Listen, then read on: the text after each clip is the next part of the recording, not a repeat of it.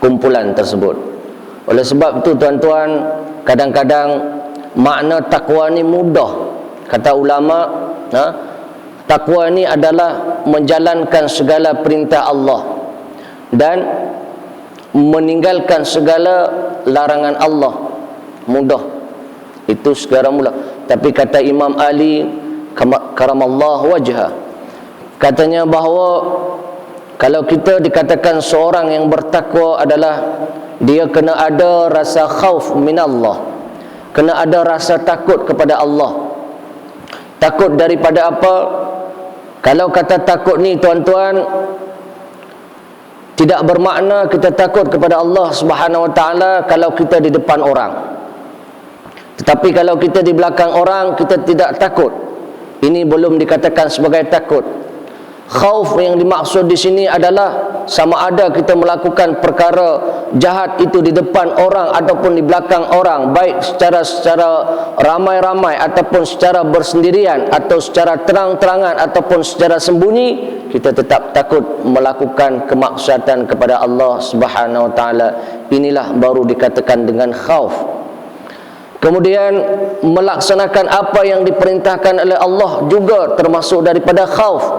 Takut meninggalkan apa yang diperintahkan oleh Allah Subhanahu Wa Taala. Ini yang menjadi permasalahan dalam kehidupan kita. Ada sebahagian daripada kita tuan-tuan takut buat dosa, tapi kadang-kadang kita tidak takut meninggalkan apa yang diperintahkan oleh Allah Subhanahu Wa Taala. Ini kata Imam Ali, dia belum khauf minallah, belum ada rasa takut kepada Allah Subhanahu Wa Taala. Dengan makna lain, dianya belum sempurna dalam ketakwaan kepada Allah Subhanahu Wa Taala. Kemudian wal amal bil tanzil, kata Imam Ali karamallahu wajhah, wal amal bil tanzil, maknanya setelah kita ada rasa takut kepada Allah Subhanahu Wa Taala, yang kedua kata Imam Ali, kena ada berpegang kepada apa yang diturunkan oleh Allah Subhanahu Wa Taala, iaitu Quran dan sunnahnya. Banyak di antara kita orang-orang yang sekular sekarang ini mempertanyakan keabsahan ataupun mempertanyakan kesahihan daripada Al-Quran. Ditambah lagi dengan puak-puak Syiah yang mengatakan bahawa Al-Quran ini tidak lengkap, di mana dalam pandangan mereka Al-Quran yang lengkap adalah berjumlah 17,000 ayat. Padahal dalam mana-mana Al-Quran pun tidak lebih daripada pendapat yang paling tinggi sekali 6,666 ayat. Biar mudah kita ingat. Padahal kalau kira tak sampai. Kalau kira 6,200 berapa saja kalau kira betul-betul. Tak apalah. Sebab ada yang kata ini ayat, ada yang kata ini ayat, ni 2 ayat. Perbezaan pendapat ulama dalam mengatakan ayat. Ada yang mengatakan bismillah masuk ayat, ada yang kata bismillah tak masuk ayat. Tak apalah. Di sinilah terjadi perbezaan. Tapi kata orang Syiah, dia kata tak, Al-Quran yang sebenarnya adalah ada 17,000 ayat. InsyaAllah 17,000, bukan 11,000. Maknanya 11,000 hilang. InsyaAllah. Ini tuan-tuan pemikiran yang sudah bercanggah. Padahal Allah mengatakan wa inna lahu lahafidun, sesungguhnya kami akan menjaga Al-Quran ini. Sebenarnya dia nak kata bahawa Allah tak sanggup menjaga Al-Quran. Itu saja sebenarnya mereka nak sebut, bahawa Allah ni tak power nak jaga Al-Quran, tak sanggup.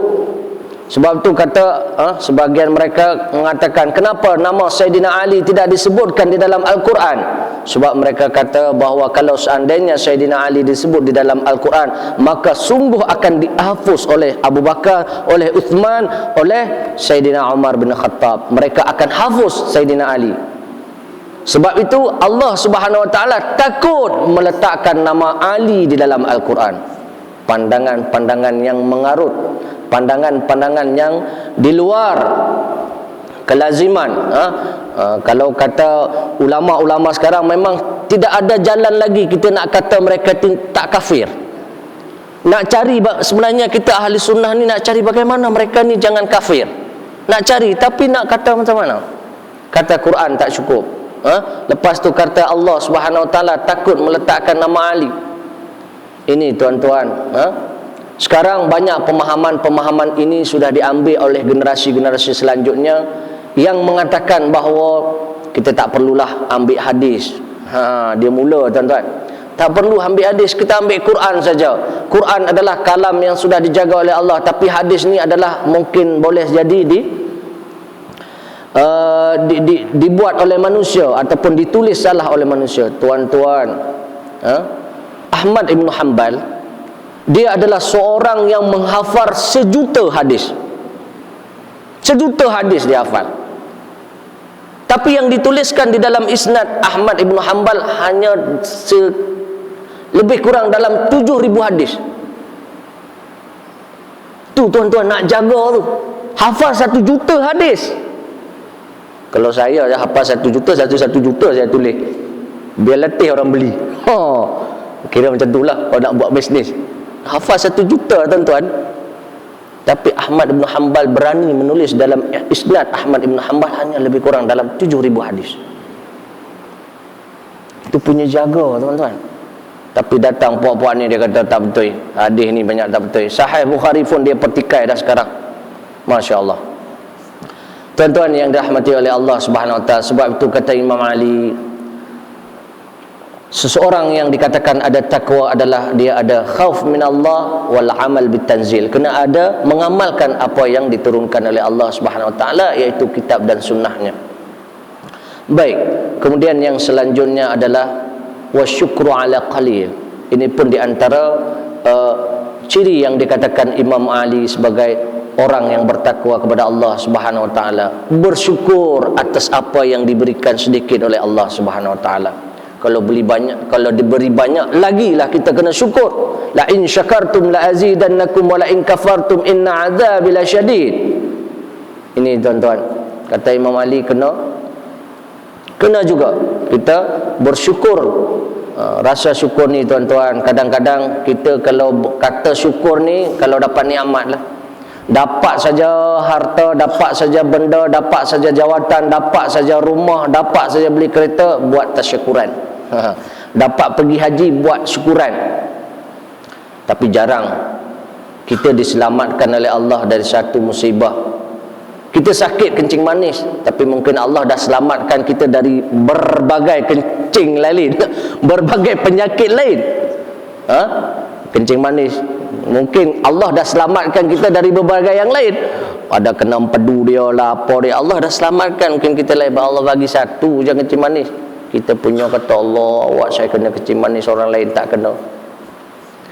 Inilah tuan-tuan, kadang-kadang ketiga perkara tersebut diberikan kepada kita, kadang-kadang kita tidak dapat. Inilah di antara banyak lagi pesanan-pesanan daripada Sayyidina Ali yang insya-Allah akan kita bahas dalam perjumpaan kita yang akan lain, insya-Allah. Baik, tuan-tuan yang dirahmati oleh Allah Subhanahu Wa Taala, hari ini saya tidak membaca kitab tu. Kita tutup.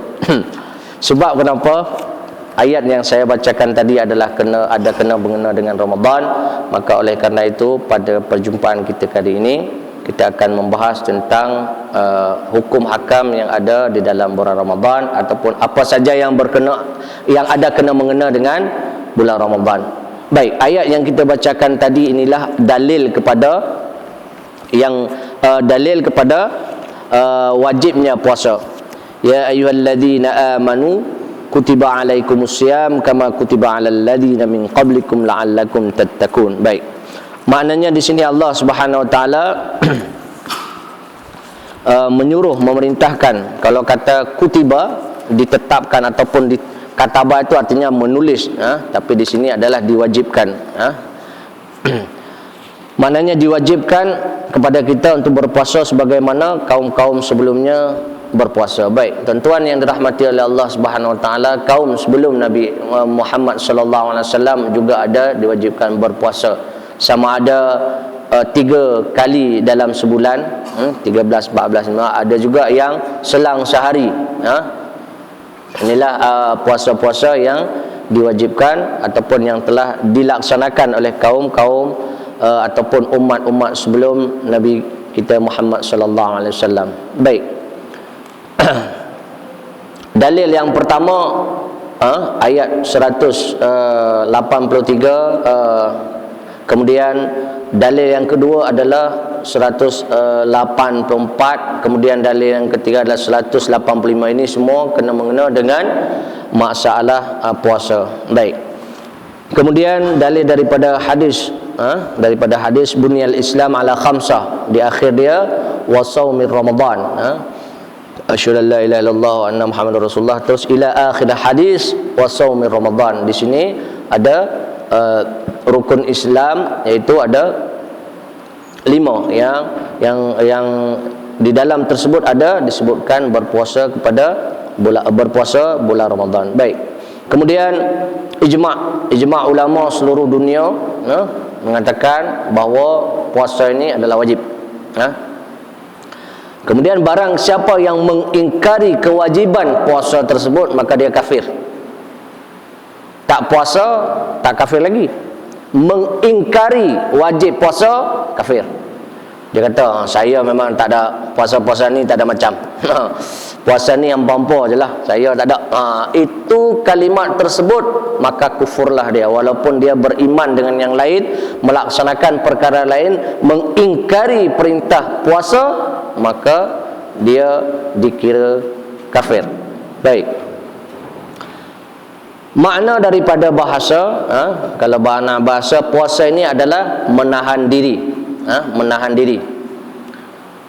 Kemudian makna secara istilah, iaitu puasa menahan diri daripada segala yang membatalkan, segala yang membatalkannya sepanjang hari, bermula daripada terbit fajar hinggalah tergenam matahari, hinggalah tenggelam matahari, disertakan dengan niat. Baik. Ini istilah dia. Secara bahasa menahan diri. Kemudian secara istilah adalah menahan diri daripada segala yang membatalkan puasa sepanjang hari, bermula daripada terbit fajar hingga tenggelam matahari, disertakan dengan niat. Maknanya kena ada niat. Baik. Tuan-tuan yang dirahmati oleh Allah sekalian, puasa ini diwajibkan kepada kaum muslimin. Mula-mula adalah dalam surah disebutkan dia hari Isnin diperintahkan kewajiban. Kemudian pada tanggal 2 Sya'ban Ramadan, maknanya bulan Sya'ban, bulan ni lah. Kemudian dia pada 2 Hijrah. Ini pendapat yang mengatakan diwajibkannya puasa kepada kaum muslimin. Maknanya masa Mekah dulu tak ada puasa lagi, tak diwajibkan lagi. Jadi Rasulullah masih ikut cara puasanya Nabi Daud, ada ikut puasanya nabi-nabi yang lain, sama ada dilakukan 3 hari sebulan ataupun selang 1 hari. Baik. Setelah Rasulullah hijrah barulah diwajibkan. Kemudian tuan-tuan yang dirahmati oleh Allah Subhanahu wa taala, bagaimana kita menentukan datangnya puasa? Ada beberapa cara dalam kita menentukan datangnya puasa, walaupun kerajaan kita sudah buat ketentuan tersebut. Tetapi sekurang-kurangnya kita pun kena tahu. Sebab kenapa? Berdasarkan hadis, sumu li ru'yatik waftaru li ru'yatik. Puasalah kamu karena kamu melihat bulan, dan berbukalah karena kamu melihat bulan. Berdasarkan ini, maka timbullah beberapa pendapat tentang bagaimana ketentuannya. Pertama, ketentuan pertama adalah lihat anak bulan. Ketentuan pertama. Jadi kena melihat anak bulan. Ketentuan kedua adalah tak nampak anak bulan. Tetapi ketentuan kedua adalah dengan mengetahui bahawa kita sudah berada di 30 Sya'ban. Kalau kita sudah berada di 30 Sya'ban, maka tidak ada lagi 31 Sya'ban. Ketentuan dia. Keluar ke tak keluar bulan, itu bulan punya pasal. Kita habis saja 30 bulan Syaban, maka esok dia terus kita berpuasa. Pasal bulan nak keluar tak keluar itu dia punya hal. Kira macam itulah dia punya ketentuan. Pertama tengok bulan. Maknanya 29 tengok bulan, nampak bulan maka esok puasa. Tak nampak maka tunggu 30. Sampai 30 tak nampak juga, puasa terus. Tidak ada lagi nak tengok bulan lagi dah. Tak ada cerita dah. Sebab kenapa? Bulan Qamariyah tidak ada akan 31. Tidak akan pernah ada 31.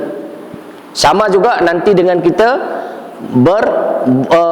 hari raya, sama juga. Tengok anak bulan tak keluar, 30 puasa tak keluar juga, esok raya terus. Tidak ada puasa 31 hari. Kalau kita lihat riwayat, Rasulullah hanya berpuasa sekali saja 30 hari. Yang lain banyak 29. Baik. Ini diantara ketentuannya. Kemudian dengan cara ruqyah, dengan cara dilihat oleh orang-orang yang adil. Macam kita sekarang lah, kita tak lihat, kan? Kalau tadi siapa yang lihat? Ini tak dilihat oleh orang yang adil. Kita tak nampak. Orang adil, orang penguasa ataupun pemimpin, dia kata, okey, besok puasa, kami dah tengok dah. Pasal dia tipu, dia kena lah. Itu kita tidak termasuk dalam hukum, maknanya kita laksanakan. Baik. Kemudian dengan hisab, dengan cara dihisab. Dihisab tadi lebih kurang juga, kalau hisab-hisab dia jatuh pada tanggal ini, itu pun boleh juga untuk menentukan datangnya puasa. Kemudian khabar yang mutawatir, berita yang sahih. Berita yang sahih maknanya diberitakan oleh orang yang sahih, yang amin. Itu pun menjadi juga kepada di antara beberapa ketentuan dibolehkannya seseorang itu berpuasa. Baik, dalam permasalahan tengok anak bulan ni, dia akan timbul beberapa masalah. Pertama yang akan timbul adalah kita, negeri kita tak tengok, orang lain dah tengok macam mana. Dia akan timbul permasalahan itu. Baik, di sini akan ada beberapa pendapat yang akan keluar daripada permasalahan ini. Yang pertama, wajib puasa kepada negeri yang melihat anak bulan itu saja. Ini pendapat yang pertama. Maknanya kalau Penang ataupun negara lah, senang lah. Kalau negeri ni agak kecil sikit, negara Malaysia kata nampak bulan, maka negara Malaysia kena berpuasa. Walaupun mungkin Sabah tak nampak lagi, mungkin Johor tak nampak lagi, tapi secara negara Malaysia sudah nampak, maka wajib kepada negara tersebut. Ini pendapat yang pertama. Pendapat yang kedua adalah wajib juga kepada jiran yang sama waktu dengannya. Maksudnya sama wilayah, sama keadaan masa dia sama, itu pun wajib. Maksudnya kalau Malaysia dah tengok, Indonesia kena puasa, Indonesia dah tengok, Malaysia kena puasa. Lebih kurang adik-beradik. Thailand lebih kurang. Tapi kalau Saudi tengok, kita tak payah lagi. Saudi tengok kata puasa, kita belum lagi. Itu belum lagi. Baik. Kemudian yang selanjutnya adalah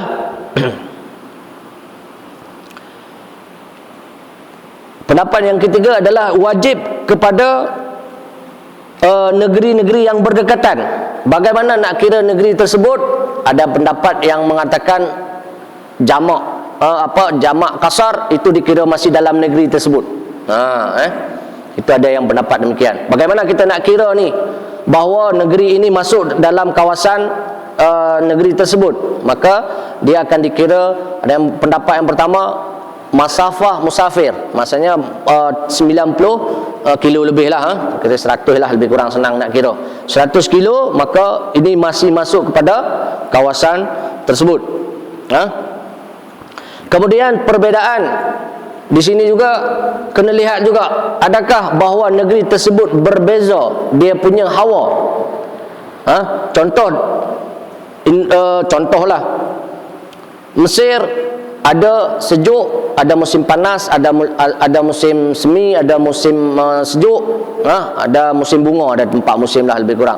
Maka mana-mana kawasan yang ada musim sama seperti ini, maka dia pun dianggap sebagai kawasan yang di dalam negeri tersebut. Kemudian yang selanjutnya, negeri yang kena ikut juga adalah sama masa keluarnya matahari. Maksudnya masa keluarnya matahari berdekatan. Tapi kalau dengan Saudi kita berjauhan, dalam 7-5 jam lebih kurang perbezaan matahari dia. So kita dah subuh, sana tak lagi. Kita macam itulah. Baik. Ini di antara ketentuan-ketentuan negeri yang kena ikut. Kemudian ada pendapat juga kena lihat negeri ini sama tak.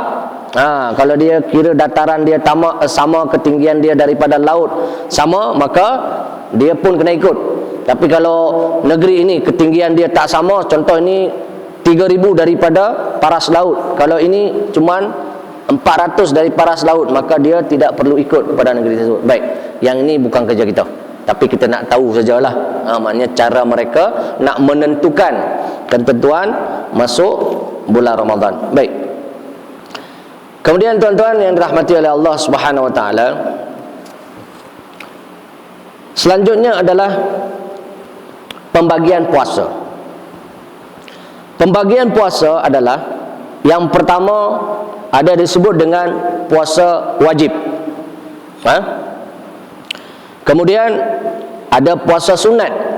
Kemudian ada puasa haram. Kemudian ada puasa makruh. Baik. Kita mula dari puasa yang wajib. Puasa yang wajib pertama adalah puasa bulan Ramadan. Ini adalah puasa wajib. Yang kedua adalah puasa qada. Ini pun puasa wajib. Yang ketiga adalah puasa kifarah. Ini pun adalah puasa wajib. Yang keempat adalah puasa nazar. Ini adalah wajib. Nazar berpuasa. Kalau saya dapat kereta baru, maka saya berpuasa 4 hari. Contoh. Dia bernazar puasa. Kalau saya dapat kahwin 2, maka saya berpuasa 2 hari. Contoh contoh aja. Sekejap lagi nak kahwin 2 pula puasa, tak apa. Contoh. Baik. Ini di antara perkara yang wajib dilaksanakan. Pertama kifarah Ramadan, qada, kifarah, nazar. Di antara perkara yang puasa itu adalah wajib. Kemudian yang selanjutnya adalah puasa sunat. Ini pun sudah biasalah kita dengar. Yang pertama adalah puasa 6 hari Syawal. Yang kedua puasa pada hari Arafah, iaitu 9 Zulhijjah bagi mereka yang tidak melakukan haji. Orang yang melakukan haji haram hukumnya berpuasa pada 9 Zulhijjah. Jadi jangan tuan-tuan nak ambil pahala banyak sangat, tiba-tiba masa wukuf di Arafah, saya nak puasa lah ni, puasa Arafah ni. Itu jatuh hukum dia haram kepada orang yang sedang wukuf di Arafah. Dia tidak disunatkan berpuasa, malah hukum dia kepada haram kepada orang yang berpuasa pada masa dia berwukuf. Kepada siapa juga yang sunnah, yang disunatkan adalah kepada orang yang tidak pergi haji.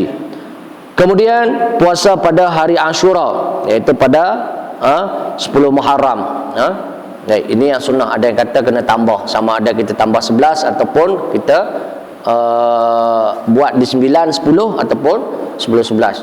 Sebab untuk membezakan antara orang Yahudi, sebab orang Yahudi pun puasa. Baik. Kemudian yang selanjutnya adalah puasa hari Isnin dan Khamis. Ini pun di antara puasa-puasa sunat. Kemudian puasa 13, 14, 15 setiap hari bulan. Bulan Hijriah, bukan bulan Syamsiah, bukan bukan hari Masehi. Maksudnya bukan pertengahan Masehi, tapi Qamariyah. Qamariyah. Baik. Kemudian selanjutnya ada yang ikhtilaf. Sunnah yang ikhtilaf adalah ada yang kata juga pada 28, 29 dan 30 setiap hari bulan Qamariyah. Ada yang berpendapat demikian. Kemudian ada juga yang berpendapat pada hari nisfu Sya'ban. Walaupun pendapat ini lemah, tapi tak apa. Kita ambil juga. Baik. Ini di antara puasa pertama yang wajib, kemudian yang sunat, kemudian yang selanjutnya yang haram. Yang pertama adalah puasa pada hari Syak, iaitu pada 30 Sya'ban. 30 Sya'ban diharamkan berpuasa kerana itu adalah hari Syak. Baik. Kemudian puasa pada hari raya Aidilfitri 1 Syawal. Kemudian puasa pada hari raya Aidil Adha 10. Kemudian puasa pada hari Tasyriq, iaitu pada 11, 12, 13 Zulhijjah. Kemudian puasa perempuan yang dalam keadaan haid dan nifas. Kemudian puasa hari Arafah 9 Zulhijjah bagi mereka yang sedang mengerjakan haji. Kemudian selanjutnya yang diharamkan juga adalah puasa sunat kepada seorang perempuan tanpa seizin suami. Orang perempuan nak puasa kena minta izin suami. Jangan duk mandai. Minta izin suami. Suami pun kalau dah isteri minta bagi ya, dapat pahala juga. Jangan ni sangat. Okey. Baik. Kemudian yang selanjutnya adalah puasa bagi orang yang bimbang melakukan dengan berpuasa dia akan boleh memudaratkan kepada dirinya. Kalau dia puasa boleh mati. Ini pun diharamkan kepada orang tersebut. Baik, yang selanjutnya adalah puasa yang makruh. Puasa yang makruh adalah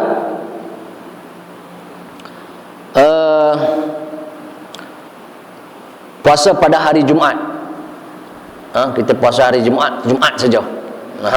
Jumaat saja. Yang tu pun makruh kan? Makruh kita puasa. Tapi kalau kita sambung Khamis Jumaat tak apa, ataupun Jumaat Sabtu tak apa. Tapi kalau ambil Jumaat saja, ini di antara makruh. Kemudian yang makruh lagi adalah puasa 15 sampai kepada 30 Sya'ban. Ini pun makruh.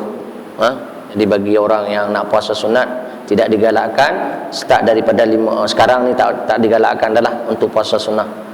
Dia makruh, kecuali bagi orang-orang yang ada tinggal puasa lagi, qadha. Baik. Kemudian puasa terus menerus, tak berhenti-henti.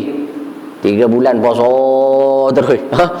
4 bulan puasa terus. Nanti pun makruh kepada orang tersebut. Baik. Ini di antara beberapa perkara yang ada kena-mengena dengan puasa. Baik. Kemudian tuan-tuan yang dirahmati oleh Allah Subhanahu Wa Taala, dalam masalah puasa ini ada yang disebut pertama adalah syarat. Syarat wajib puasa. Nanti ada juga syarat sah puasa. Ada syarat wajib puasa, ada syarat sah puasa. Dia ada beza. Kemudian ada rukun ataupun fardu puasa. Dia ada 3 ketentuan. Yang pertama adalah syarat wajib puasa. Yang pertama adalah Islam. Yang kedua baligh. Yang ketiga akal. Yang keempat sehat. Yang kelima mukim. Yang keenam suci. Ini adalah syarat wajib puasa. Maknanya apabila seseorang ada kepada dia ketentuan ini, maka dia sudah wajib puasa.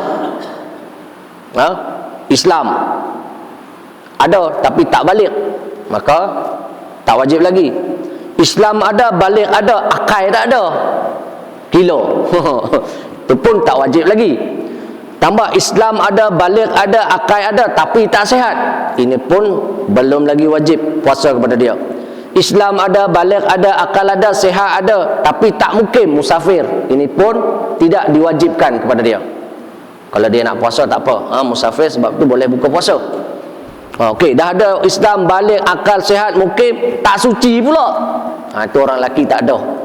Jangan kata kenapa tak puasa, tak suci Ustaz, datang bulan. Orang lelaki datang bulan teruk. Tak ada. Itu orang perempuan saja.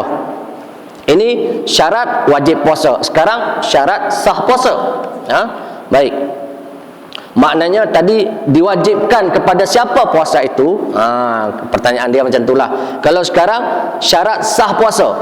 Sah puasa tersebut apabila yang pertama dia Islam, yang kedua berakal. Berakal ni pun kena mumayaz. Dia tak gila tapi tak mumayaz. Apa beza Ustaz? Mumayaz ni dengan ada akal. Memayas ni kalau dia nampak najis dia jilat, itu tak memayas tu. Itu tak memayas. Dia tengok aja dia tak gila. Tapi dia ambil ambil pergi ke jalan, dia tengok, cantiklah ini minyak hitam ni, dia mandi dengan minyak hitam. Itu ghairu memayas tu. Akal dia tak penuh. Bagi duit RM100 dia beli cendol RM100. Itu pun ghairu memayas. Kita bagi RM10, tolong beli Ustaz mineral water satu, dia beli. Lepas tu dia tak ambil bailen, ambil kat pakcik tak apa. Dia kata ini jenis-jenis yang tidak memayas. Maknanya dia tidak boleh membezakan nilai uang, tidak boleh membezakan mana najis, mana yang tidak najis, tidak boleh membezakan mana yang baik, mana yang buruk. Lebih kurang macam tu. Itu pun tidak sah kepada dia untuk berpuasa. Baik, kemudian suci. Kemudian tidak sah juga puasa apabila dia puasa bukan pada bulan Ramadan. Ada syarat tadi semua, tapi dia puasa bulan Zulhijjah. Di 1 bulan dia puasa. Itu pun tidak sah puasa dia. Maknanya syarat sah tadi. Syarat sah puasa kena dalam bulan Ramadan, kena Islam, kena akal, kena balik, kena suci. Baik. Ini syarat sah dia. Kemudian yang selanjutnya adalah rukun. Rukun ni maknanya kalau tak buat rukun tak sah juga puasa. Okey, baik. Iaitu yang pertama, orang yang buat. Kena orang. Jadi kalau kata rukun ni kena orang yang buat. Tak boleh kita suruh puasa kereta, tak apalah ini kereta ni saya tak bagi start enjin hari ni, tak bagi minyak 1 hari. Tak jadi. Ataupun kita ambil kambing kita okey, kambing hari ni dia puasa 1 bulan, 1 hari. Itu pun tidak. Kenapa? Karena dia kena orang. Baik. Yang kedua, kena niat. Yang ketiga, kena menahan diri daripada perkara-perkara yang membatalkan puasa daripada terbitnya fajar hingga terbenam matahari. Inilah di antara rukun kepada puasa. Baik. Niat dah biasa noh. Niat puasa. Jadi sebab kita kata tadi orang ada niat, orang tak perlu nak jelas orang itu ada mata, itu tak perlu ceritalah. Niat sudah biasa. Nawaitu shauma ghadin an ada fardhi Ramadan hadhi sanatillahi taala. Baik. Dalam pendapat Imam Syafi'i bahawa setiap malam kita kena berniat. Tuan-tuan yang dikatakan berniat, sepakat ulama dianya adalah ma khatara fi qalb, apa yang terlintas di dalam hati. Oleh sebab itu kalau tuan-tuan berniat hanya dengan mulut, nawaitu shauma ghadin, itu belum dikatakan niat, itu lafaz niat. Maknanya kena ada juga di dalam lintasan di dalam hati, itu baru disebut dengan niat. Jadi kadang-kadang kan kita lepas tarawih kan ada bila sebut okey marilah sama-sama kita berpuasa, niat puasa untuk esok. Tepun waitu shauma ghadin apa semua, itu lafaz niat. Maknanya kita kena ada juga niat di dalam hati. Baik. Itu pendapat Imam Syafi'i, kena tiap malam. Adapun pendapat imam-imam lain boleh sebulan sekali terus. Sengaja saya puasa 1 bulan Ramadan kerana lillahi ta'ala, kerana Allah Ta'ala. Itu pun boleh. Jadi kita ambil pada malam pertama bulan Ramadan, kita niat sebulan, kemudian kita niat lagi 1 hari. Apabila kita terlupa niat, maka kita boleh talfiq mazhab kepada mazhab yang lain. Ini di antara niat. Yang pertama, nawaitu shauma ghadin an adai fardhi Ramadan hadhi sanati lillahi ta'ala. Yang setahun itu adalah nawaitu shauma syahri Ramadan kullihi lillahi ta'ala. Baik, ini di antara perkara-perkara yang ada kena mengena dengan niat. Baik. Kita masuk kepada perkara-perkara yang membatalkan puasa. Perkara-perkara yang membatalkan puasa. Yang pertama, makan minum. Itu fahamlah kita. Makan minum. Kemudian muntah dengan sengaja. Muntah dengan sengaja, colok dengan buntah, itu pun membatalkan puasa. Kemudian bersetubuh, sengaja ke tak sengaja di bulan puasa, di siang hari, yang itu batal puasa. Sebab dia kenapa berbeza dengan keluar air mani. Berhubungan suami isteri jaranglah orang tak sengaja. Lupa dia.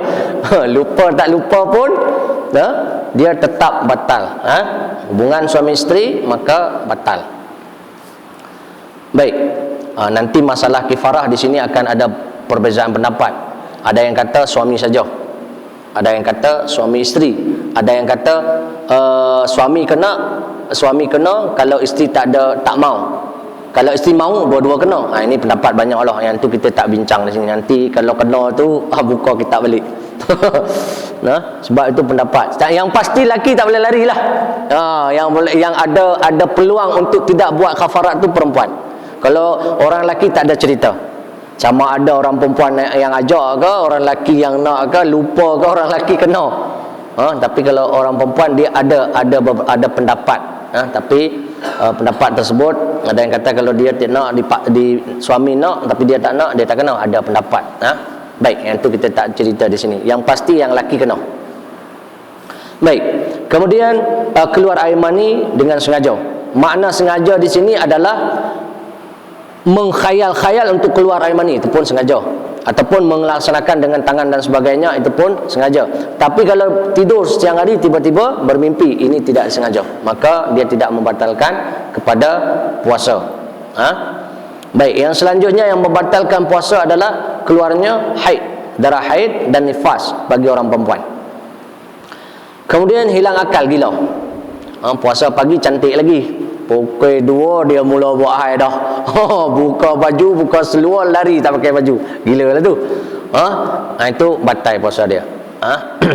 Kemudian pengsan ataupun pitam ataupun mabuk yang berkepanjangan. Kalau kita pitam sat dalam 30 minit, sejam, itu tak kira lagi, boleh lagi. Tapi kalau terus direct, pitam start dari pukul 8 sampai pukul 3 baru bangkit, 4 baru sedar, maknanya puasa dia anggap batal. Baik. Kemudian yang selanjutnya yang membatalkan adalah murtad. Murtad pun di antara perkara yang membatalkan puasa. Murtad saja automatik dia batal daripada puasa. Kemudian memasukkan sesuatu ke dalam rongga yang terbuka, mulut, hidung, memasukkan mana-mana saja rongga yang terbuka, menyengaja memasukkan. Baik, maka ini pun boleh membatalkan puasa kepada orang tersebut. Baik, ini yang membatalkan puasa. Kemudian perkara-perkara yang sunnah ketika berpuasa, tadi yang membatalkan. Kemudian yang sunnah adalah segera buka, itu sunnah. Kemudian baca doa, Allahumma lakas sumtu, itu juga. Kemudian ada satu lagi, menyengaja batal tadi, batal puasa menyengaja berbuka puasa, menyengaja melafazkan niat, menyengaja melafazkan bacaan buka puasa, menyengaja. Tengah hari kita kata okey saya ni nak buka puasa, tapi kita tak makan. Lawa itu ramah lagi apa, kita baca dengan sengaja, kita meniatkan untuk membatalkan puasa, maka batal. Walaupun tak makan apa-apa, menyengaja melafazkan membatalkan puasa dengan bacaan berbuka puasa, menyengaja. Bukan mengajar budak-budak, itu tak batal. Itu mengajar. Tapi menyengaja meniatkan untuk membatalkan puasa dengan bacaan doa, doa buka puasa. Ini pun di antara perkara yang boleh membatalkan kepada puasa. Baik, sunnah lagi di antara sunnah puasa adalah lambat sahur. Ini pun di antara sunnah dia. Kemudian zikir, baca Quran, ini sunnah-sunnah dia. Bersedekah, perkara-perkara yang baiklah, senang kita ni. Kemudian ada juga mempercepat mandi junub ataupun mandi hadas besar.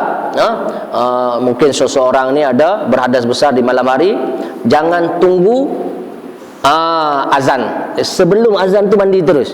Walaupun tak batal puasa dia, kalau dia tak mandi lagi, sejuk sangat, apalah, lepas azan sekejap lagi, tunggu apa, panas, contoh, itu pun tak batal puasa. Tapi sunnah dia adalah mempercepat sebelum masuknya waktu berpuasa. Baik, ini di antara beberapa perkara sunnah di dalam berpuasa. Adapun perkara-perkara yang dikatakan makruh di dalam puasa adalah injection. Kita ada sakit kencing manis, kena apa nama tu, obat tu lah. Saya pun tak tahu nama dia. Insulin apa. Okey, itu ataupun kita ada sakit apa lain yang memerlukan kepada suntik. Ini adalah perkara yang makruh. Baik, kemudian berbekam makruh, berkumur-kumur makruh. Berkumur-kumur terlalu banyak itu makruh. Kemudian memasukkan air di dalam hidung ketika kita ambil sembahyang istinsyak, itu pun di antara perkara-perkara yang makruh. Mandi yang berlama-lamaan, mandi lama 2 jam, masuk tandas mandi 2 jam. Orang lain tak ada mandi, kita je seorang. Yang itu pun di antara perkara yang makruh. Kemudian merasa makanan di ujung lidah, ini bagi orang perempuan ataupun bagi orang-orang yang masak lah. Itu pun di antara perkara-perkara yang makruh. Baik. Baik. Perkara yang membatalkan sudah, perkara sunnah ada, yang makruh sudah, yang sunnah sudah. Okey. Baik. Kemudian yang selanjutnya adalah ada beberapa orang yang diizinkan berbuka puasa. Boleh dia berbuka puasa tidak berdosa. Siapa orang tersebut? Orang tersebut adalah pertama orang yang sakit kronik. Orang yang sakit teruk dia boleh berbuka puasa tidak berdosa. Kalau kita saja-saja buka puasa berdosa, qada pula berdosa pula. Okey. Kemudian yang kedua orang musafir. Ini pun adalah diperbolehkan kepada orang tersebut untuk berbuka puasa, tidak berdosa. Kemudian yang ketiga adalah orang tua yang sudah uzur. Orang tua yang dah uzur, dia nak cuba juga berpuasa, maka kepada orang tua ni pun dia diperbolehkan berbuka puasa. Kemudian yang keempat adalah ibu hamil ataupun ibu yang sedang menyusukan anak. Ini kepada 4 golongan tersebut maka diperbolehkan membuka puasa tanpa ada dosa. Maksudnya tidak berdosa. Ada satu lagi, yang kelima, orang yang dahaga sangat-sangat dan orang yang lapar sangat-sangat. Yang tu susah kita nak nilai macam mana nak bagi dia punya ketentuan tu. Itu hanya orang tertentu, orang tu sajalah yang boleh rasa. Dia nak telan air liur pun dah tak ada dah. Itu kira, dan yang tu susah kita nak bagi bagaimana ketentuan dia. Yang pasti dalam hukum fiqh ada orang yang dahaga, sangat-sangat dahaga, dan orang yang lapar, sangat-sangat lapar. Yang tu ketentuan dia susah kita nak nak ni orang tersebutlah yang boleh mengetahui. Sebab kalau kita kata macam ni, kalau kena tak boleh telan air, kadang ada juga orang tak ada air liur, tak ada apa, dia okey je. Itu susah.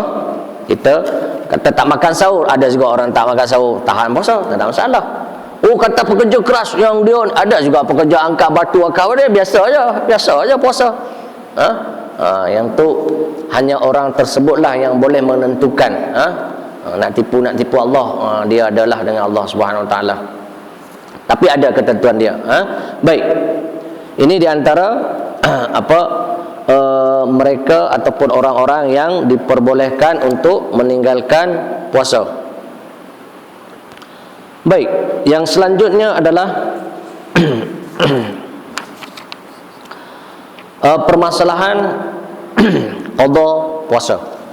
Permasalahan yang ada kena mengena dengan qada puasa. Siapa saja yang kena qada puasa? Baik. Orang yang kena qada puasa ialah orang yang sedang sakit, dan sakitnya akan memberi mudarat kepadanya atau bertambah lambat sembuhnya, maka orang tersebut kena qada.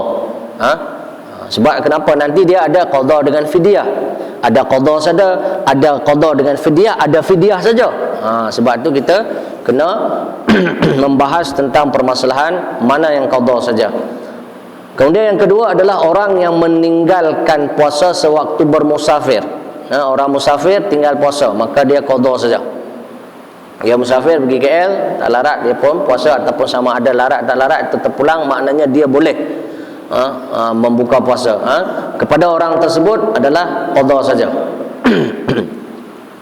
Kemudian ibu yang hamil atau menyusukan anaknya khawatir dirinya saja mudarat. Maknanya dia khawatir dirinya saja. Dia menyusukan anaknya khawatir diri dia mudarat, ataupun dia sedang dalam keadaan mengandung khawatir dirinya saja mudarat. Sebab barang siapa yang mengkhawatiri dirinya dan anaknya, itu dia ada hukuman lain. Dia qada dan fidyah. Kalau yang tadi dirinya saja, maka orang yang seperti ini maka dia qada saja. Kemudian selanjutnya adalah orang yang sedang haid dan nifas, datang haid, maka dia pun wajib qada. Kemudian yang selanjutnya adalah orang yang qada saja adalah orang yang terlalu lapar ataupun dahaga sangat-sangat yang boleh membahayakan dirinya. Ini pun adalah diperbolehkan kepada orang tersebut untuk qada saja. Selanjutnya yang keenam adalah orang yang batal puasa karena salah satu sebab yang membatalkannya. Tiba-tiba dia menyengajakan muntah contohlah, maka batal. Maka dia kena qada puasa dia. Qada. Apa-apa saja yang membatalkan puasa maka dia qada. Nanti yang kafarah qada dia lebih sikit lah. Baik. Kemudian yang selanjutnya adalah yang wajib qada juga adalah orang yang tertinggal niat. Dia tak niat puasa, tiba-tiba dia sedar Allah mau tak niat puasa, maka orang tersebut pun adalah termasuk kepada yang wajib qada saja. Baik. Kemudian yang selanjutnya adalah wajib qada dan membayar fidyah. Qada dan fidyah. Yang pertama adalah ibu yang hamil atau menyusukan anaknya sekiranya dia mengkhawatirkan anaknya menjadi mudarat. Dia khawatirkan diri dia dan anaknya menjadi mudarat, maka orang seperti ini dia kena wajib qada dan membayar fidyah. Secupak tu lebih kurang dalam 675 gram beras. Lebih kurang secupak tu. Maknanya kalau dalam ringgit lebih kurang dalam RM1.5 macam tu lah, RM1.5, RM1.4 macam tu. Lebih kurang. Yang kedua yang wajib qada dan membayar fidyah adalah orang yang berhutang puasa yang belum dijelaskan sehingga timbulnya Ramadan yang lain. Puasa tak buat lagi, tak qada lagi, berselang pula dengan Ramadan yang satunya. Kita puasa tahun lepas tak puasa 2 hari, musafir. Tiba-tiba berselang puasa yang lain, maka puasa yang dia pun kena qada dan kena membayar fidyah karena berselang masa qada tersebut. Ini pun diantara perkara-perkara yang qada dan membayar fidyah.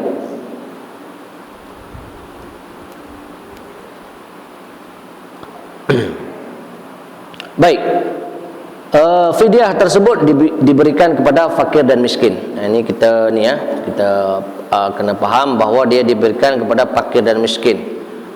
Tak ada Ibnu Sabil apa semua, tak ada. Fakir dan miskin saja.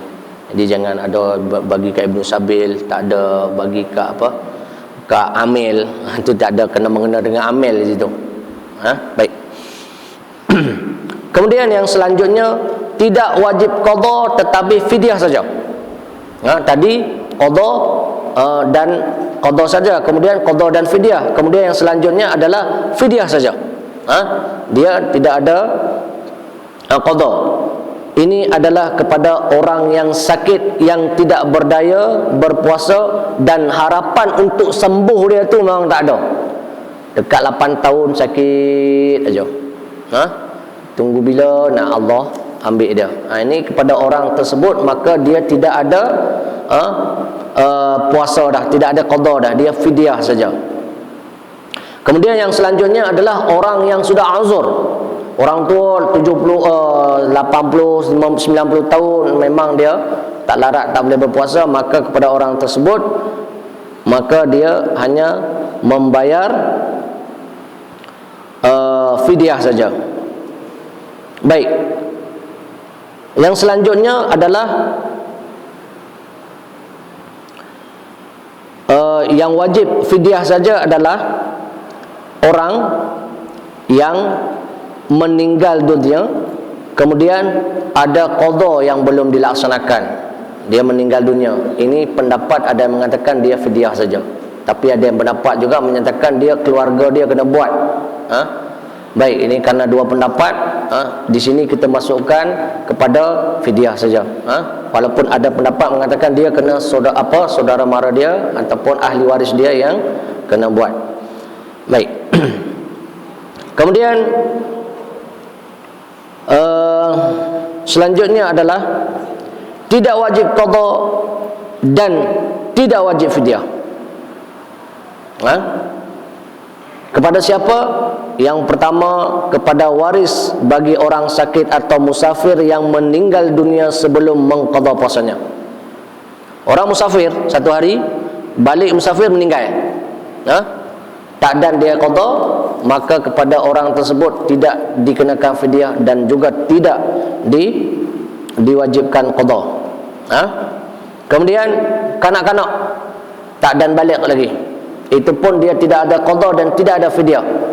Kemudian yang selanjutnya adalah orang gila. Orang gila pun tidak ada kena fidyah dan tidak juga dikenakan qada. Tahun ni dia gila, 1 tahun gila 12 bulan gila, tiba-tiba tahun yang akan datang dia sedar, maka tahun dia diskaun. Diskaun. Dia tidak qada dan juga tidak fidyah kepada orang gila saja. Bukan gila yang disengaja. Gila yang disengaja macam mana? Minum cokoroy ke apa yang boleh memabukkan, setahun dia mabuk. Setahun dia mabuk, habis dekat 14 bulan dia jenis mabuk aja. Ini tidak digolongkan kepada gila. Makanya dia kena mengqada puasa tersebut. Baik. Cara pembayaran sudah kita bicarakan tadi, iaitu fidyah hendaklah dibayar kepada fakir miskin yang memerlukan, iaitu secupak makanan asasi. Makanan asasi apa yang kita makan ni, beras maka beras, itulah yang perlu kita berikan. Kalau orang makan gandum maka gandumlah.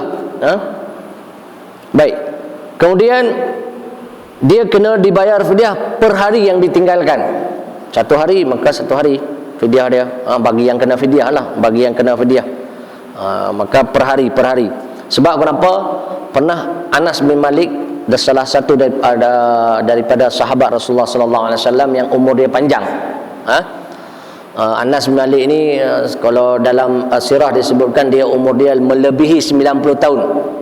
Melebihi 90 tahun, di antara sahabat yang lama hidup dia.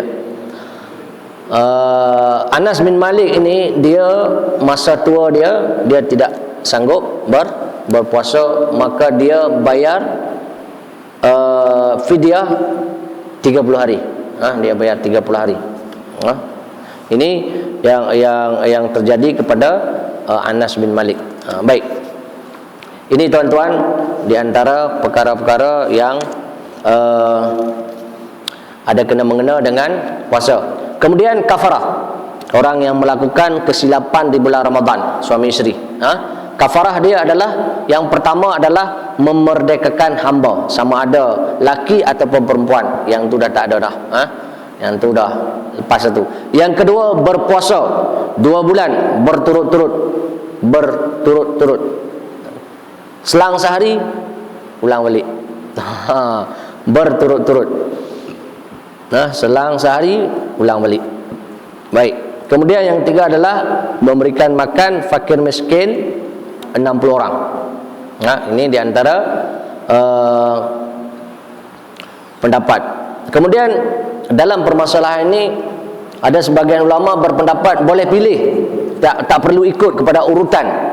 Tapi pendapat yang asah adalah kena ikut urutan. Apa urutan dia? Tengok ada tak hamba. Tak ada, okey, puasa. Dah cuba ustaz, dekat 2 tahun kerja tu je tak selesai-selesai, maka urutan yang ketiga memberikan fakir miskin 60 orang makan.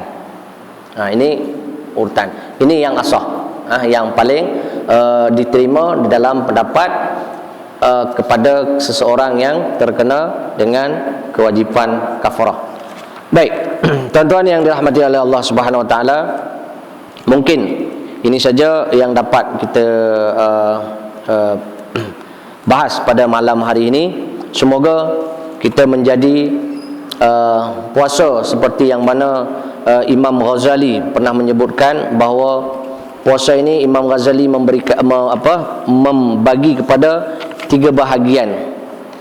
Yang pertama kata Imam Ghazali, puasa orang umum, al-am, saumul am, orang puasa yang umum. Apa dia? Dia puasa orang umum ni, tahu dia tak makan tak minum. Tak makan tak minum. Tangan tak puasa, mata tak puasa, mulut tak puasa, perjalanan tak puasa, kaki tak puasa. Yang ini jenis yang umum. Dia yang tahu adalah tahan makan, start tak boleh makan sampai buka puasa, yang tu dia tahan. Makan minum dia tak buat. Ataupun perkara yang membatalkan puasa dia tak buat. Tapi yang lain tipu jalan terus. Lepas itu apa dia kata kat orang pun jalan terus. Mata pun Masya Allah sampai leher kena payah urut, kena urut pula tu, tengok macam-macam benda. Ini adalah puasa yang orang umum. Baik. Kemudian kata Imam Ghazali yang kedua adalah puasa khas, iaitu puasa seseorang yang boleh menahan anggota badan dia yang lain. Mata dia tahan, tangan dia tahan, mulut dia boleh jaga, pergerakan dia jaga, langkah dia langkah kepada tempat-tempat yang tidak melakukan maksiat kepada Allah Subhanahu Wa Taala. Ini puasa orang yang khas, maknanya anggota badan dia yang lain ikut, tapi hati belum lagi. Sifat riak apa tu masih ada lagi. Tangan dia tak buat, tak curi. Mulut tak kata kat orang, jaga apa cakapan dia jaga, mata pandangan semua dia jaga, tapi hati dia masih tak berapa ini lagi. Yang selanjutnya yang ketiga ini adalah yang khusus al-khusus. Ini adalah khas wal khas. Maknanya yang utama, spesial lagi. Kalau ada cokotio spesial, yang ni cokotio spesial 2 kali. Yang ni adalah puasanya para anbiya ataupun para aulia. Dia boleh menjaga mata, hati, kemudian niat dia boleh bersihkan, tidak ada rasa riak, takabur, sombong dan sebagainya. Memang dia puasa kerana mencari ridha Allah Subhanahu Wa Taala. Baik, ini saja tuan-tuan yang dapat kita sampaikan. Sebenarnya ada sikit lagi tapi panjanglah, tak apalah. Saya sebenarnya nak cerita beberapa kejadian yang terjadi di dalam bulan Ramadan, seperti perang Badar dan sebagainya, tapi tak apalah, mungkin yang tu boleh kita ceritakan pada perjumpaan kita yang lain. Sebab kenapa? Ada satu kisah yang menarik di mana Rasulullah ketika perang Badar tu pernah suruh tentera ataupun pejuang-pejuang Islam ni berbaris. Masa Rasulullah buat-buat tu kena dengan pedang Rasulullah salah seorang sahabat yang bernama Sawad bin Ghaziyah. Sawad bin Ghaziyah ni pun dia kata lepas tu Rasulullah setelah dibariskan semua,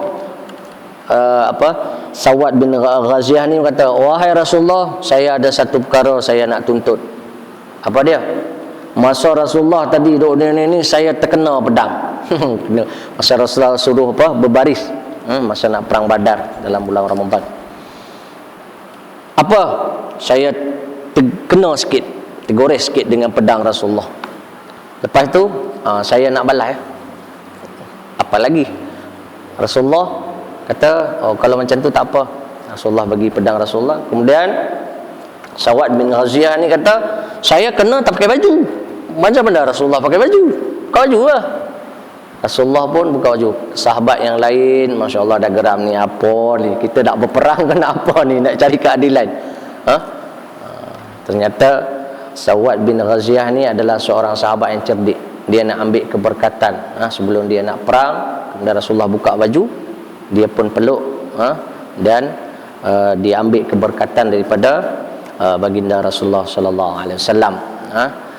Maknanya di sini ada beberapa hukum yang keluar. Yang pertama, badan bukanlah aurat. Itu di antara hikmah ataupun hukum-hukum yang terkeluar. Banyak lagi tuan-tuan, kisah-kisah kisah pembunuhan Abu Lahab, bagaimana kemudian beberapa pejuang yang Rasulullah suruh balik tak cukup umur.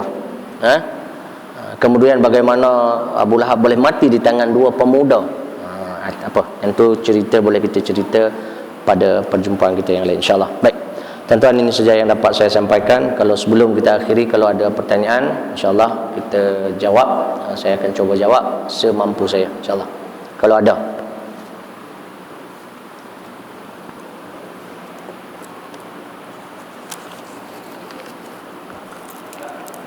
Ya.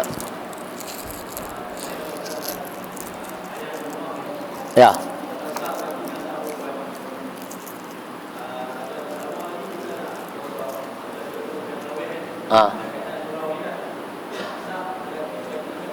Ya.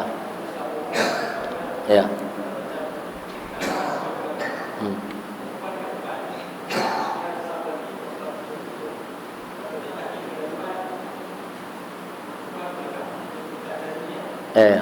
Maknanya ini perempuan, sepatutnya perempuan kat belakang. Sebenarnya tidak ada ketentuan khas yang mengatakan bahawa kena orang lelaki di depan, orang perempuan di belakang. Permasalahan dia adalah kalau perempuan di depan ada bermasalah dengan terdedah aurat ataupun terdedah keadaan yang membuat fitnah tak? Yang itu permasalahan dia. Kalau seandainya seperti ini adalah tertutup, tertutup, tidak mendedahkan kepada aurat ataupun hal-hal yang boleh menimbulkan fitnah, maka tidak ada masalah. Sebab kenapa? Kalau kita lihat di Madinah pun, Madinah tu sebelah tu perempuan sampai ke perkuburan baginda Rasulullah sallallahu alaihi wasallam. Kalau kita pergi ke Masjid Madinah, sebelah kiri itu yang sederet dengan rumah ataupun kubur baginda Rasulullah sallallahu alaihi wasallam, straight tu perempuan tu. Imam di mana? Sebelah sini. Kan? Kemudian setengahnya lagi adalah ada juga masuk kepada raudhah. Raudhah maksudnya ma baina mimbari wa baiti raudhatun min riyadil jannah. Jadi untuk memberi juga peluang kepada orang-orang perempuan ada boleh berdoa di tempat raudhah. Antara mimbar dan rumah Rasulullah adalah daripada taman-taman syurga. Okey, yang itu yang saya boleh jawab. Tapi memang dia tutup lah sebelah. Dia tutup sampai ke tempat baginda Rasulullah sallallahu alaihi wasallam. Kalau kita lihat di Mekah memang itu lagi inilah. Sebab kenapa? Depan kita pun ada satu staff pun kadang-kadang sebelah ni 10 orang lagi kena perempuan pi kita. Nah, itu lagi apa? Maknanya sebenarnya di sini lebih kepada timbulkah fitnah. Kalau timbul fitnah maka tidak boleh. Kalau tak timbul, tertutup macam ni, tak ada masalah. Tak ada masalah. Baik, itu saja yang dapat saya jawab. Jadi tidak semestinya orang lelaki kena belakang, orang perempuan. Saat lagi penuh orang lelaki sini, orang perempuan kat belakang luar surau. Saat lagi orang colek, balik-balik hilang semua isteri. Nauzubillah lah, di cerita melawak. Kira tidak ada ketentuan yang mengatakan dalam kitab kena lelaki di depan. Tidak ada. Baik. Kemudian satu lagi, kalau yang 2 tingkat, kan ada kadang-kadang 2 tingkat, perempuan di atas, laki di bawah. Itu kena pastikan, kalau dalam mazhab Imam Syafi'i, bahawa dia kena pastikan tangga kena satu arah bagi surau. Masjid tidak mengapa. Bagi surau yang ada 2 tingkat menurut mazhab Imam Syafi'i, maka tangga dia kena mengarah kepada arah kiblat. Kalau tidak sah orang solat di tingkat 2 yang surau. Kena garis surau. Masjid sah, surau tak sah. Kalau ada 2 tingkat, tengok tangga dia berbelit, maka orang solat di atas itu tidak sah menurut mazhab Imam Syafi'i. Menurut mazhab Imam Syafi'i.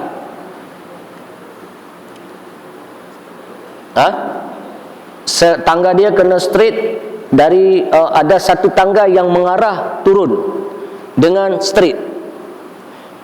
Okey, arah kiblat ke mana? Ke sini. Okey, tangga dia kena turun macam ni. Teng. Kalau ada berbelit macam ni, maka tidak sah orang solat di tingkat kedua bagi surau. Kalau ada 2 tangga, satu mengarah, satu berlingkar, kira ada satu saja tangga yang mengarah kepada arah kiblat, maka sahlah orang solat di tingkat 2. Sama juga kita solat di rumah, satu solat di tingkat 2, orang solat di tingkat bawah. Lepas tu orang di atas nak berimamkan kepada orang yang solat di bawah. Orang yang tingkat 2 ni kalau tidak ada tangga yang mengarah kepada arah kiblat yang straight, maka jangan solat di tingkat 2.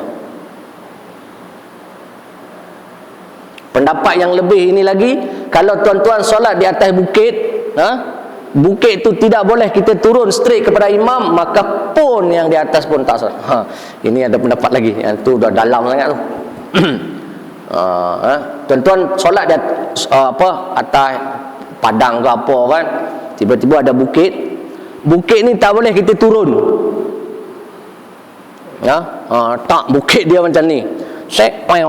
Contoh, maka orang yang di atas ini pun walaupun dia nampak kepada imam tersebut, maka dia tidak sah juga solat.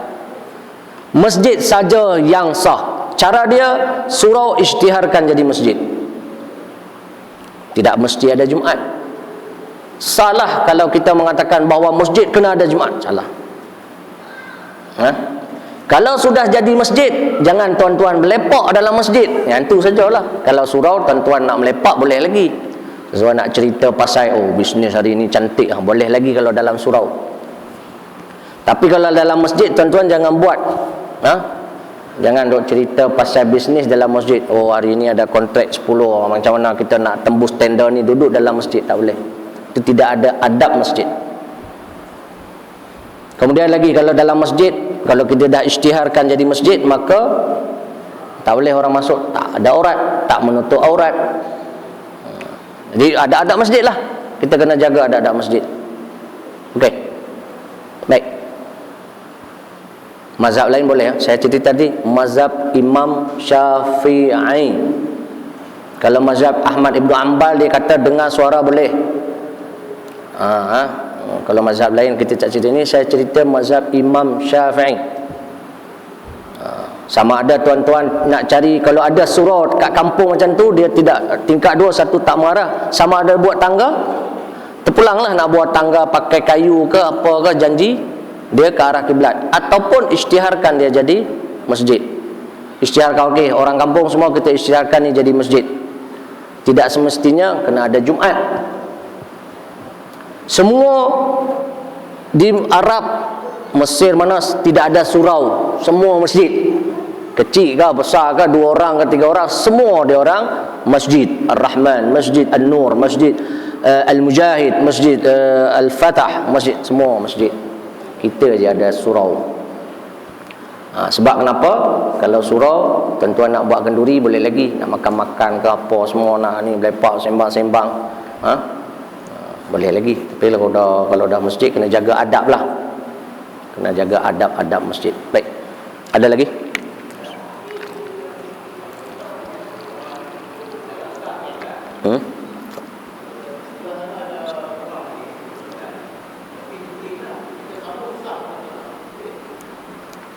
Ada dinding. Okey. Okey. Saf sebelah sana sah apabila ada pintu yang boleh masuk. Surau. Ini cerita surau ni. Macam ni pintu tak ada, semua dinding. Tiba-tiba setakat ni sebelah sana tak boleh. Ada pintu masuk macam ni boleh.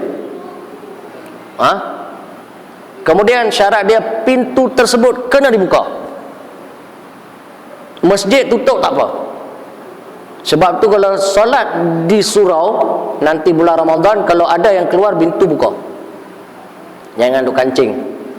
Jangan duk tutup. Tutup blok pula lagi. Tapi hampa kat luar lambat baik rasa. Contohlah kejam sangat. Yang tu dia tak sah. Sebab kenapa? Walaupun dia nampak dari tingkap tu, nampak orang bergerak, tak boleh. Dia kena ada pintu yang boleh dilalui. Tingkap tak boleh. Kena pintu yang boleh dilalui secara jalan. Kalau naik tingkap tak kira. Surau ni cerita surau, cerita surau, bukan cerita masjid. Kalau masjid tak apa. Cerita surau dan rumah ataupun yang dibuat tempat ibadah yang bukan diisytiharkan masjid. Okey. Ya.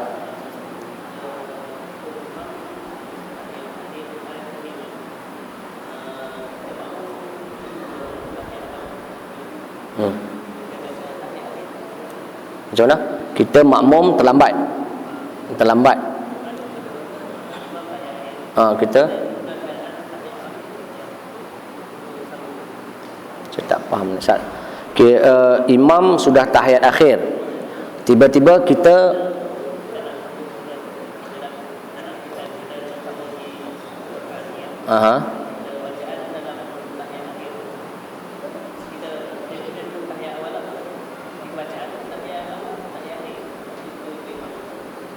bacaan dia tahiyat awal kepada ataupun tahiyat akhir. Okey, dah faham dah.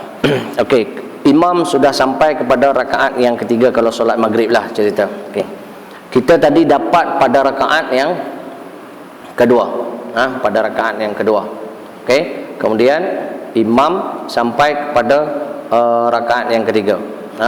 Kita pun solat pada rakaat imam yang ketiga, maknanya kita tahiyat awal. Okey. Okey, baik. Di sini yang ini boleh saya posting tak? Sebab saya nak jawab susah. Saya tak dapat lagi pertanyaan seperti ini, baru dapat. Tapi yang boleh saya jawab adalah saya kiaskan kepada apabila imam solat sudah membaca Al-Fatihah, maka tidak sunnah lagi kepada kita untuk membaca tahiyat. Tidak sunnah dah tu. Imam sudah rakaat baca surah, kita tidak sunnah dah membaca Allahu Akbar kabira, tak sunnah dah. Kita hanya membaca Fatihah. Maknanya di sini yang wajib kepada kita ataupun kepada imam adalah sampai kepada Allahumma shalli ala sayyidina Muhammad, kan? Yang selanjutnya adalah sunnah, kan? Kepada yang orang bertahiyat akhir. Maka ini ijtihad sementara, nanti insya-Allah saya akan cuba cari sebab tak ada lagi. Maka saya sementara ni mengambil kepada dia membaca kepada tahiyat awal. Tapi tak apa, nanti kita cari sebab ini baru soalan pertama ni. Tak berani nak jawab. Sebab tak pernah orang tanya. Baik, yang ini saya cari. Baik. Ada lagi yang lain?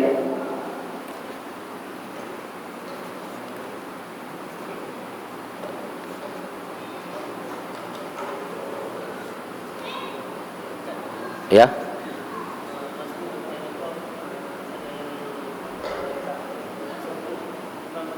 Ya.